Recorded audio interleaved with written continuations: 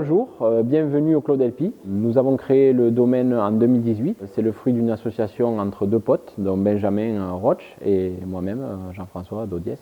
On a récupéré les vieilles vignes de la famille. Ce sont pour la plupart des vieux grenaches centenaires. Alors nous sommes situés sur la commune de Saleilles.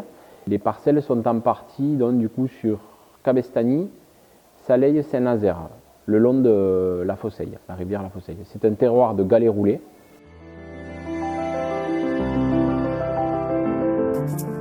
On a toute une gamme, blanc, rosé, rouge, que l'on vinifie dans des amphores en terre cuite. Mais aujourd'hui, on va parler de Pandore, qui utilise deux process de vinification. D'un côté, une jarre en grès, et de l'autre côté, la barrique. Donc Pandore, c'est uniquement du grenache noir sur des vignes centenaires. Le bouchon, c'est un bouchon liège naturel, ce qui permet un bel élevage, une belle conservation dans la bouteille. La couleur c'est un joli rouge, avec on le voit de belles larmes sur le bord du verre, qui laisse présager beaucoup de sucrosité. Le nez est très riche, très complexe, avec des notes de garrigue, des notes aussi de violette, de cerise à l'eau de vie. Une belle typicité grenache et des notes assez subtiles de torréfaction qui sont amenées par la barrique et qui ne sont pas dominantes, elles viennent là juste en soutien des notes naturelles du grenache. La bouche est ample, beaucoup, on voit les larmes sur le bord du verre, beaucoup de sucrosité, de volume en bouche et des tanins vraiment très serrés, très agréables, très enrobés. Et les notes de torréfaction que l'on avait au nez nous viennent en fin de bouche et elles sont assez persistantes. On retrouve dans la bouche les notes de cerise, de violette, de garrigue. C'est un vin délicieux maintenant, mais avec un gros potentiel de garde et un gros potentiel à l'avenir.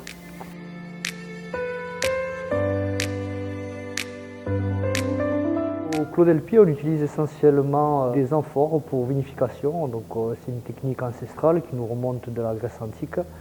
On utilise deux types d'amphores, des amphores en terre cuite et pour le cas de Pandore, une jarre en grès. Et nous vendangeons tout à la main dans des caisses en plastique et la vendange n'est jamais travaillée le jour même.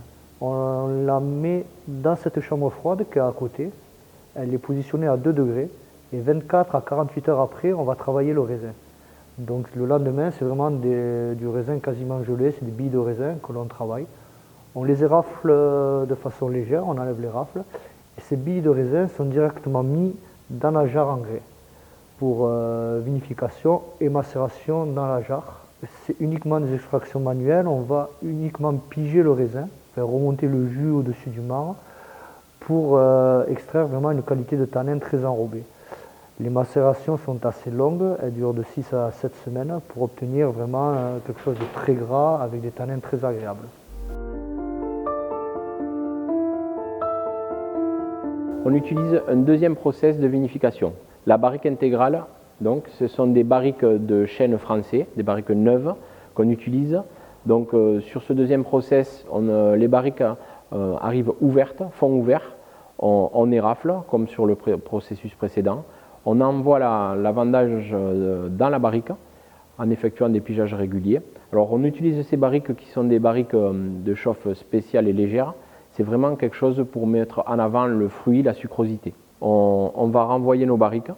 Le tonnelier va nous fermer la barrique. Il nous renvoie la barrique et à ce moment-là, on va entonner et on va faire l'élevage dans ces barriques.